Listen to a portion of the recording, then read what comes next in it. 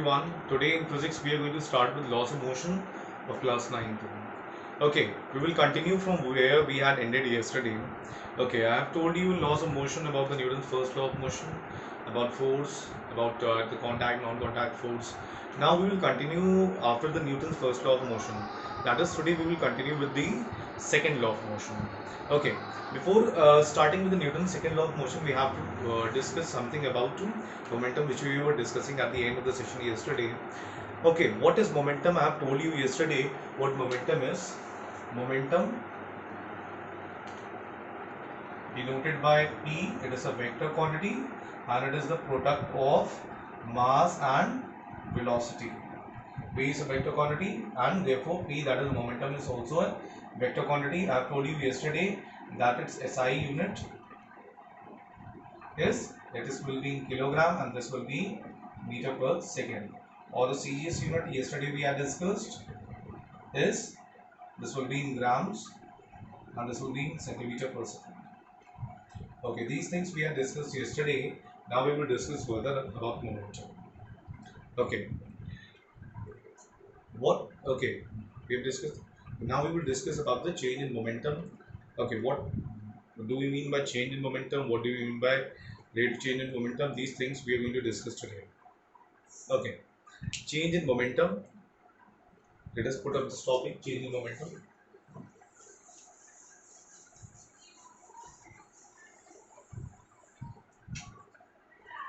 अब देखो यहाँ पे हमारा टॉपिक है चेंज इन मोमेंटम. मोमेंटम में चेंज कैसे आ सकता है? तो मोमेंटम का साइन हमारा क्या होता था? P. और चेंज इन मोमेंटम है तो यानी कि स्मॉल चेंज जब भी हमें दिखाना होता है तो आगे डेल्टा लिख देंगे. This is a symbol for the change and usually referred to as delta. तो small change in momentum is equal to क्या हो जाएगा? इधर अगर चेंज का साइन लगाए तो इधर भी क्या होगा? चेंज का साइन होगा. तो चेंज यहाँ पे दो तरीके से आ सकता है मोमेंटम में. The change in momentum can happen in two ways. Either there is a change in mass और there is a change in velocity. दो तरीके से चेंज आ सकता है हमारा यहाँ पे मोमेंटम. हम लोग एक बात यहाँ पे कर लेते हैं. यहाँ पे एक क्या दो बात हमें करनी पड़ेगी यहाँ पे. पहले हम लोग देखते हैं यहाँ पे for m to be constant. m to be constant यानी कि मास हमारा क्या है यहाँ पे? कांस्टेंट है. मास कांस्टेंट कैसे कब हो सकता है? देखो मास कांस्टेंट कब हो सकता है? When the velocity of the body is much less than the speed of light. ये हमारा हो गया velocity of the body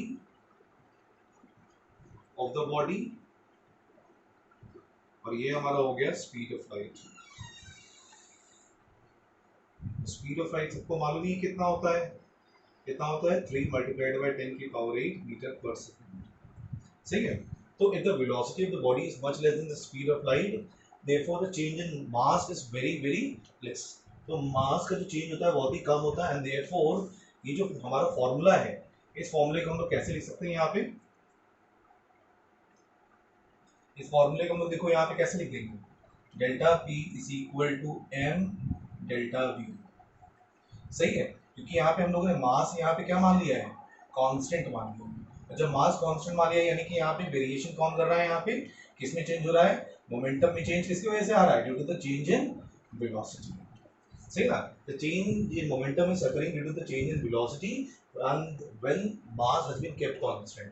And mass can only be kept constant when the speed of the particle or the body is much less than the speed of light. That is 3 multiplied by 10 की power 8 metre पर second. उससे बहुत कम है. Then only we can consider the mass to be constant क्योंकि इसमें जो change आता है मास में बहुत ही कम आता है. ओके, हम लोग यहाँ पे बात करेंगे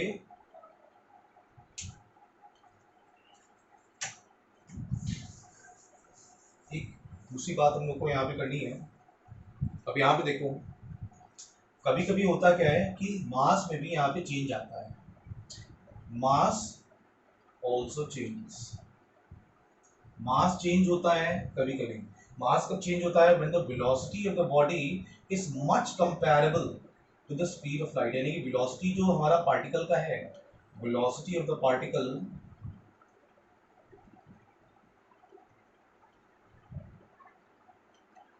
velocity of the particle is much near, or we can say velocity of the particle is much comparable to the speed of light, यानी कि इसकी स्पीड के आसपास ट्रैवल कर रहा है,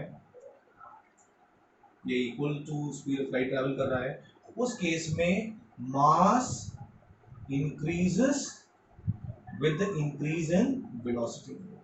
जैसे जैसे वेलोसिटी इंक्रीज करेगी पार्टिकल की, वैसे वैसे मास भी इंक्रीज करता है। तो उस केस में the change in momentum is brought about by the change in mass. सही है। तो two things we have to keep in mind that the change in momentum occurs in two ways, either there is a change in mass or change in velocity. If the mass is kept constant, then this formula is written as this: delta P is equal to m delta C V. If mass is kept constant and if mass is changing with the velocity, so delta P is equal to delta m V. This formula will hold true. Okay, because in some cases mass also changes when this velocity of the particle is much comparable to the speed of light. Okay, moving on to the next topic now. Now we will discuss about the rate of change in momentum. Okay, this topic that we are going to talk about, the rate of change in momentum, is much related to our topic that we have to start after it, that is the Newton's second law of motion.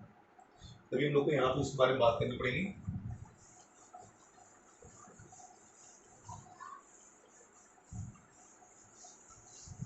Rate of change of momentum. Rate of change of momentum का मतलब हो गया कोई भी चीज अगर change कर रही है विद रिस्पेक्ट टू टाइम। हम लोग यहाँ पे देखेंगे रेट का मतलब हो गया विद रिस्पेक्ट टू टाइम।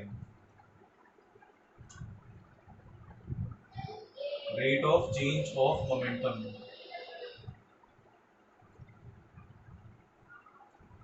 अब देखो rate of change of momentum हम लोग को करना है। सपोज यहाँ पे इसका डेरिवेशन हम लोग को यहाँ पे करना है, और rate of change of momentum हम लोग यहाँ पे देखेंगे डेराइव हो करके rate of change of momentum है ये, और डेराइव हो करके एम ए के इक्वल आ जाता है। तो हम लोग को यहाँ पे ये चीज़ यहाँ पे लानी है, डेराइव करना है। और we can say derive the Newton second law of motion. Newton second law of motion यहाँ एक तरीके से हम लोग डेराइव कर रहे हैं। Okay, rate of change of momentum का मतलब क्या हुआ? फॉर सपोज हम लोग यहाँ पे अज्यूम करेंगे that a body of mass m was initially moving with a velocity u. Body of mass m was initially moving with a velocity u and a force is applied on the body. A force हम लोग apply कर देते हैं उस body पे, उसकी velocity बाद में चेंज होकर के v हो जाती है। Body of mass m was moving initially with a velocity u and then a force f was applied on the body and the body moved with a velocity v. ये initial velocity होगी body की, and this is the final velocity of the body. अब यहाँ पे अगर हम लोग देखें initial momentum,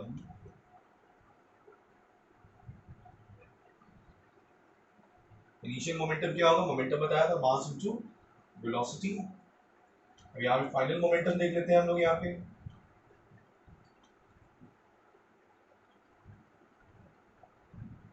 m into v, m mass into final velocity होती है। अब यहाँ पे हमारा जो चेंज इन मोमेंटम है विद मोमेंटम, अगर हम लोग देखें डेल्टा पी, हमारा यहाँ पे क्या आएगा? Final momentum minus initial momentum, that is M V minus M U. अगर यहाँ पे मास अगर कॉमन ले लें हम लोग, मास कांस्टेंट माने, we are assuming mass to be constant. Mass अगर कांस्टेंट है तो हम लोग यहाँ पे अज्यूम आगे कर रहे हैं मास कब कांस्टेंट हो सकता है? When the speed of the particle is very less with the speed of light. Okay, तो क्या आ गया? v minus v। सही है। अब यहाँ पे rate of change in momentum अगर निकालें, rate of change in momentum, ये क्या हो गया? Delta p by delta T. सही है, delta p by delta T. अब डेल्टा p हमारा कितना आया था? m v माइनस u आया, और टाइम t नीचे है।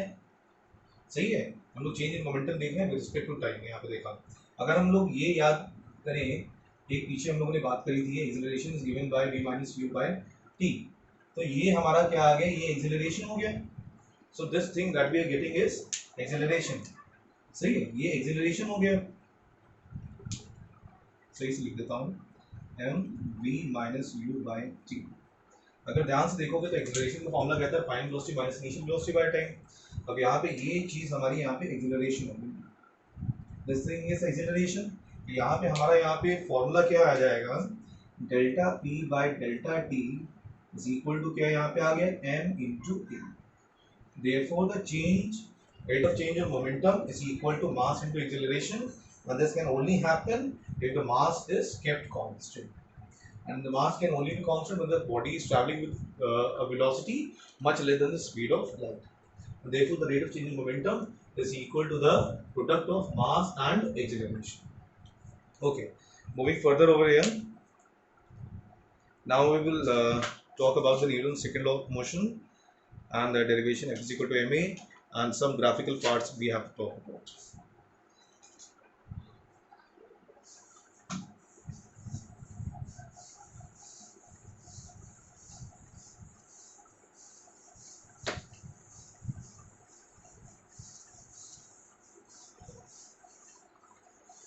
Okay, now we are going to talk about the Newton's second law of motion. Newton second law of motion के बारे में बात करेंगे, उसके पहले यहाँ पे कुछ चीज़ें हम लोग यहाँ पे कुछ जानेंगे यहाँ पे। तो देखो Newton first law of motion जो था हमारा, Newton first law of motion की अगर हम लोग बात करें, Newton first law of motion और यहाँ पे Newton second law of motion. Newton first law of motion was a qualitative analysis.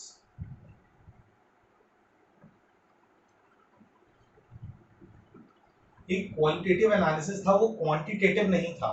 वो खाली बता रहा था हमको कि अगर हम लोग कोई एक बॉडी का स्टेट है तो उस बॉडी के स्टेट में चेंज कैसे ला सकते हैं, by a physical cause, that is by bringing a change only by an external force. कह रहा था कि the state of the body can only be change by an external force, यानी कि एक फिजिकल कॉज वहां पे है, force that is bringing the change. वहां पे खाली क्वालिटेटिव एनालिसिस हम लोग कर रहे थे। अब सेकेंड लॉ में हम लोग करेंगे क्या, क्वांटिटेटिव मेजरमेंट करेंगे। क्वांटिटेटिव मेजरमेंट करेंगे उस फोर्स का जो फोर्स वहां पे लग रही थी। सही है, जो फोर्स वहां पे लग रही थी वो चेंज ला रही थी बॉडी में, एंड वो क्या वहां पे प्रोड्यूस कर रही थी, force was producing acceleration. Force was producing acceleration in the body.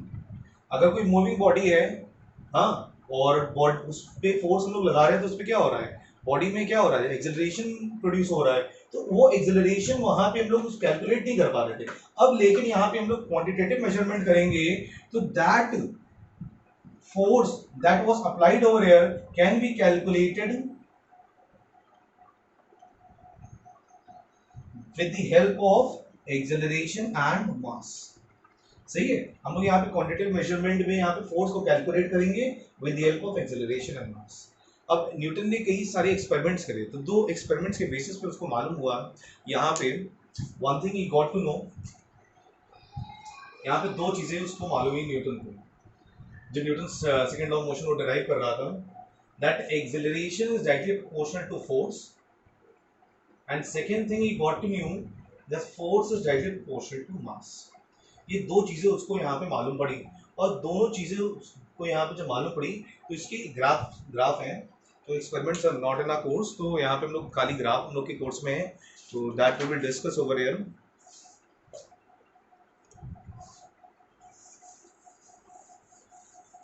Newton first law में क्या कर रहे थे हम लोग, वहाँ पे क्वालिटेटिव एनालिसिस था, खाली हम लोग वहाँ पे क्वालिटी के बारे में जान रहे थे। अब यहाँ पे हम लोग क्वांटिटी के बारे में जानेंगे सेकंड लॉ ऑफ मोशन में, यहाँ पे कैलकुलेट करेंगे जितना भी हमारा फोर्स उस बॉडी पे लग रहा है। Okay, with the help of acceleration and mass. Okay, अभी हम लोग यहाँ पे दो ग्राफ है, जैसे कि मैंने यहाँ पे बताया, acceleration is directly proportional to force, with the help of some experiments Newton got to know this, and force is directly proportional to mass, he also got to know this with the help of some experiments. अब इसकी तो graph है। अब देखो ये चीज तभी possible है when mass is constant, and this is only possible when acceleration is constant. Okay, acceleration is constant, here mass is constant। इन दोनों का ग्राफ हम लोग यहाँ पे देख लेते हैं। एक्सेलरेशन फोर्स यहाँ पे न्यूटन और एक्सेलरेशन मीटर पर सेकंड स्क्वायर, और इसका जो ग्राफ आता है हमारा अब देखो यहाँ पे डायरेक्टली प्रोपोर्शनल है, डायरेक्टली प्रोपोर्शनल का तो यहाँ पे ग्राफ आएगा, it will be a straight line. यहाँ पे क्या कांस्टेंट है, मास इज कांस्टेंट, सही है। और अगर हम लोग इसका देखें Newton second law of motion में, force is directly proportional to mass, तो इसका जो ग्राफ बनाएंगे हम लोग, फोर्स न्यूटन ऐसा यूनिट और मास यहाँ पे केजी। अभी देखो यहाँ पे force is directly proportional to mass, तो इसमें भी क्या होगा, डायरेक्टली प्रोपोर्शनल है, तो it again it will be a straight line. और यहाँ पे क्या चीज कांस्टेंट यहाँ पे रहेगी, एक्सेलरेशन इज कांस्टेंट।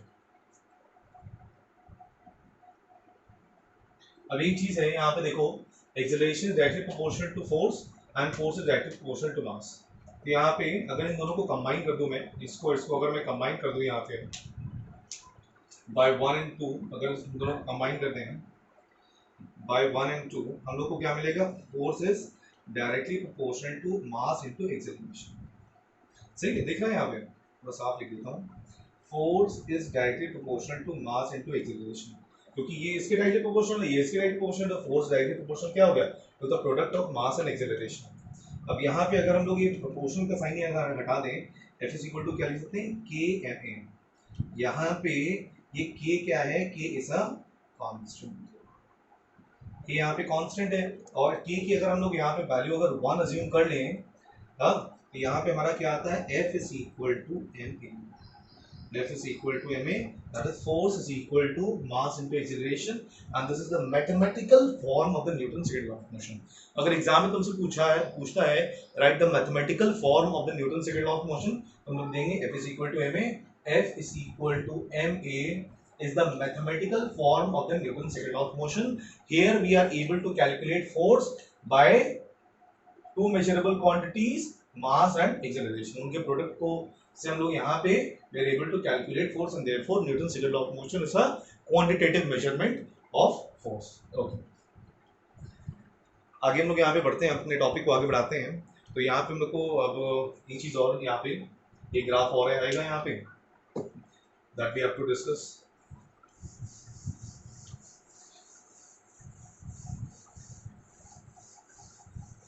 अब देखो यहाँ पे फॉर्मूला था हमारा Newton second law of motion का, जो मैथमेटिकल स्टेटमेंट है क्या है, F is equal to m a. अगर मैं इसको लिख दूं F by m, a is equal to F by m, तो acceleration is inversely proportional to mass. Acceleration क्या है, मास का इनवर्सली प्रोपोर्शनल है। तो अगर मास अगर इंक्रीज करेगा तो एक्सेलरेशन डिक्रीज करेगा, मास अगर डिक्रीज करेगा तो एक्सेलरेशन इंक्रीज करेगा। तो इसका ग्राफ देखो कैसे बनता है, एक्सेलरेशन इस साइड हो गया मीटर पर सेकंड स्क्वायर, यूनिट इसकी, मास की यूनिट हो गई किलोग्राम, इस साइड मैंने बना दिया। अब देखो इनवर्सली प्रोपोर्शनल है, तो इसका एक हाइपरबोला ऐसा हम लोगों ने बना दिया। अब देखो यहाँ पे जो कर्व आया है, जैसे जैसे मास इंक्रीज कर रहा है, मास जैसे जैसे इंक्रीज कर रहा है, वैसे वैसे एक्सेलरेशन यहाँ पे क्या कर रहा है, डिक्रीज कर रहा है। देयरफॉर यहाँ पे हम लोग देखेंगे acceleration is inversely proportional to mass, as the mass is increasing acceleration is decreasing। सही है, ये हमारी चीजें होगी। हम लोग यहाँ पे बात करेंगे about the unit of mass, unit of force. Let us talk about the SI units and the CGS units, and the relationship between CGS and the SI unit. वो कभी कभी 2 नंबर का आ जाता है एग्जाम में। ये ग्राफ तुम लोग एक बार प्रिपेयर कर लेना अच्छे से, and if you have any problem please do let me know. Okay, अब देखो यहाँ पे about the units of force, units of force की अगर मैं बात करूं, तो SI यूनिट की अगर मैं बात करता हूं, फोर्स का मतलब क्या है, F is equal to m a. Mass की यूनिट देखो यहाँ पे क्या है, किलोग्राम है, और एक्सेलरेशन क्या है, मीटर पर सेकंड स्क्वायर, एंड ऐसा सम हम लोग उसको कह देते हैं, वी कॉल इट एज, इसकी यूनिट हम लोग दे दी SI यूनिट न्यूटन फोर्स की। सही है, और न्यूटन हो गई। अब देखो अगर मुझे इसको डिफाइन करना है, 1 न्यूटन को डिफाइन करना है, एग्जाम में 1 नंबर का कभी कभी आ जाता है, तुमसे कह देता है कि डिफाइन 1 न्यूटन। अब 1 न्यूटन को यहाँ पे डिफाइन कैसे करेंगे, अब इसको जरा देखते हैं। F इज इक्वल टू क्या लिखा है, एम ए लिखा है, ये 1 न्यूटन लिख सकता हूँ मैं, यहाँ पे क्या लिख सकता हूँ, 1 किलोग्राम, क्या लिख सकता हूँ, 1 मीटर पर सेकेंड स्क्वायर। मैं क्या कहूंगा, when you 1 Newton force is applied, 1 Newton is the force that is 1 Newton is the force that is applied on a body of mass 1 kilogram and it produces an acceleration of 1 meter per second square. यानी कि इसी फॉर्मूले में अगर हम value यहाँ पर रख देंगे 1 न्यूटन 1 किलोग्राम 1 मीटर पर सेकंड स्क्वायर, तो मैं इसको आसानी डिफाइन कर सकता हूँ. 1 Newton is the force that is when applied on a body of mass 1 kilogram produces an acceleration of 1 meter per second square. आसानी से एक नंबर का आसानी से वहाँ पे क्वेश्चन हम लोग वहाँ पे डिफाइन कर लेते हैं 1 न्यूटन क्या है. ओके, हम लोग यहाँ पे बात करते हैं अबाउट द सीजीएस यूनिट. अगर मैं सीजीएस यूनिट की अगर मैं बात करूँ यहाँ पे ऑफ फोर्स, तो देखो यहाँ पे newton was equal to kilogram metre per second square. वैसे ही यहाँ पे सीजीएस यूनिट हमारा होता है डाइन. डाइन होता है and 1 dyne is equal to क्या हो जाएगा, ये किलोग्राम में था तो ये यहाँ पे ये हमारा हो जाएगा ग्राम में. मीटर पर सेकेंड स्क्वायर तो यहाँ पे सेंटीमीटर पर second square. 1 dyne is equal to 1 dyne is the force that is applied on a body of mass 1 gram and that produces an acceleration of 1 centimeter per second square. आसानी से you can define it over there. Okay. Moving further, now we have to talk about the relationship between the two, the SI unit and the CGS unit. That is Newton and dyne. Do not read it as dyne. Dyne नहीं है ये dyne है. D-Y-N-E dyne. Dyne. Okay.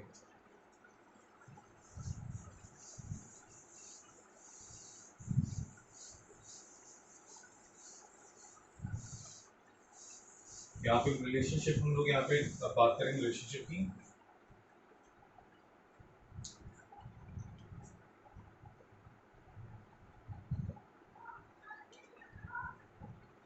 Between newton and dyne, that is the SI unit and the CGS unit. अगर 1 Newton की अगर मैं बात करूँ, 1 न्यूटन किसके बराबर था यहाँ पे, 1 किलोग्राम 1 मीटर पर सेकंड स्क्वायर इसके बराबर था. 1 किलोग्राम को अगर मैं ग्राम में कन्वर्ट करूंगा तो कितना आएगा 1000 ग्राम्स मल्टीप्लाइड 1 मीटर को क्या लिख सकता हूँ 1 सेंटीमीटर 100 सेंटीमीटर पर सेकंड स्क्वायर. ये कितना हो गया 1000 और 2 जीरो कितना हो गया 10 की पावर 5 और ये क्या हो गया, ये देखो एक बार नहीं लिखता समझ में नहीं आया तुम लोग को, ग्राम में लिखा और फिर ये मैंने यहाँ पे कॉपी कर लिया सेंटीमीटर पर सेकंड स्क्वायर. और मैंने ये बताया था क्या होता है तुम्हारा डाइन होता है ना 10 की पावर 5, तो 1 न्यूटन इज इक्वल टू 10 की power 5 dyne. 1 Newton is equal to 10 to the power 5 dyne. So this is the relationship between the two. Okay. Moving further over here, now we are going to talk about the Newton's second law of motion in terms of the rate of change of momentum. Newton's second law of motion in terms of rate of change of momentum के terms हम लोग यहाँ पे बात करेंगे.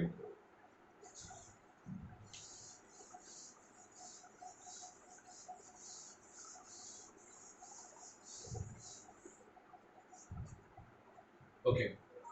Newton's second law of motion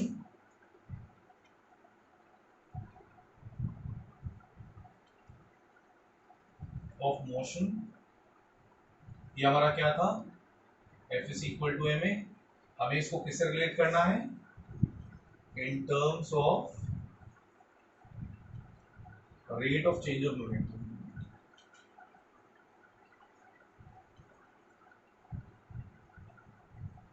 इसके terms में हम लोग को बात करनी है. अब देखो Newton second law of motion हमारा मैथमेटिकल स्टेटमेंट क्या है, F is equal to ma. Equation number 1.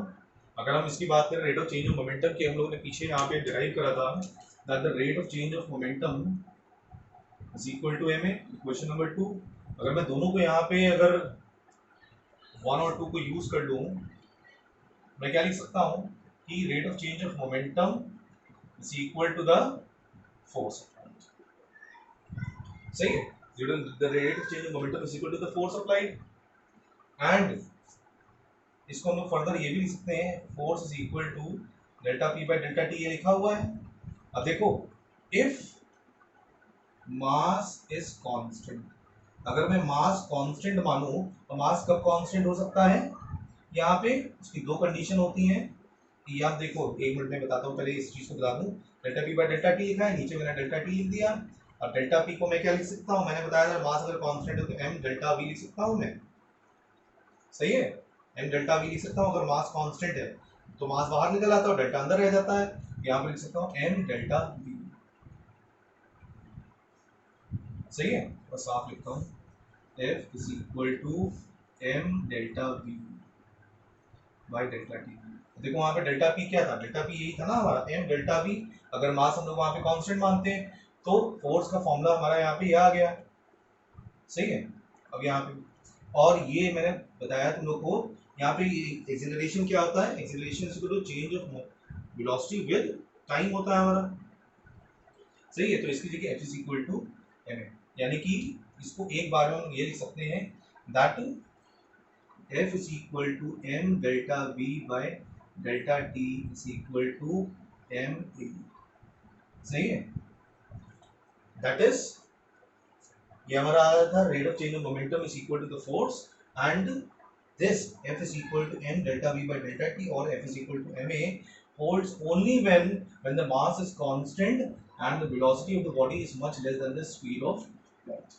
ये दो कंडीशन है जब ये हमारा इसके बराबर हो जाता है। Okay, tomorrow we are going to talk about the statement of Newton's second law of motion, but till then you have to learn whatever we had done today, because that is very necessary if you have to go further. Okay, thank you.